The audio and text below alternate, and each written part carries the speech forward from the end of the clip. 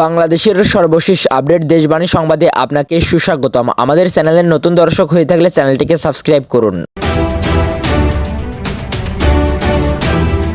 এ ক্ষমতা থেকে চলে গেছে মনে হয় বি ক্ষমতায় বসেছে বলেছেন মাহমুদুর রহমান মান্না। নাগরিক ঐক্যের সভাপতি মাহমুদুর রহমান মান্না বলেছেন, এ ক্ষমতা থেকে চলে গেছে, এখন মনে হয় বি ক্ষমতায় বসেছে। প্রশাসন বি এর কথা মতো চলে। বিভিন্ন জায়গায় দখলদারত্ব, চাঁদাবাজির শেষ নেই। এত বড় অভ্যুত্থান ও এত আত্মত্যাগের পরও এগুলো চলছে। আজ শনিবার রাজধানীর জাতীয় প্রেস ক্লাবের সামনে এক প্রতিবাদ সমাবেশে এসব কথা বলেন মাহমুদুর রহমান মান্না। গণতন্ত্র মঞ্চের এক সংবাদ বিজ্ঞপ্তিতে এ তথ্য জানানো হয়। বগুড়ার শিবগঞ্জ উপজেলা নাগরিক ঐক্যের আহ্বায়ক শহীদুল ইসলামের উপর দলীয় বিএনপির হামলা এবং জাতীয় সমাজতান্ত্রিক দলের নেতাকর্মীদের উপর হামলা, মিথ্যা মামলার প্রতিবাদে এই সমাবেশের আয়োজন করা হয়। নাগরিক ঐক্যের সভাপতি আরো বলেন, প্রশাসনের লোক মনে করছে এর বদলে বি আসবে, তাই পুলিশ কোনো বিশেষ ব্যক্তিকে নির্দেশ করবে এমন পুলিশ প্রশাসন আমরা চাই না। অন্যায়ের সঙ্গে মাথা নত করব না। জেল খেটেছি, মার খেয়েছি, জুলুম নির্যাতন সহ্য করেছি। গণতন্ত্র মঞ্চের অন্যান্য দলের লোকদের উপর এমন হামলা চলেছে। প্রতিবাদ সমাবেশে সভাপতিত্ব করেন ভাসানী অনুসারী পরিষদের আহ্বায়ক বীর মুক্তিযোদ্ধা শেখ রফিকুল ইসলাম। তিনি বলেন, আমরা সরকারের উদ্দেশ্যে বলতে চাই, দেশের আইন শৃঙ্খলা ঠিক করুন, দ্রব্যমূল্যের লেগাম টেনে ধরুন, নইলে সাধারণ মানুষের কাছে এই গণ অভ্যুত্থান মূল্যহীন হয়ে যাবে।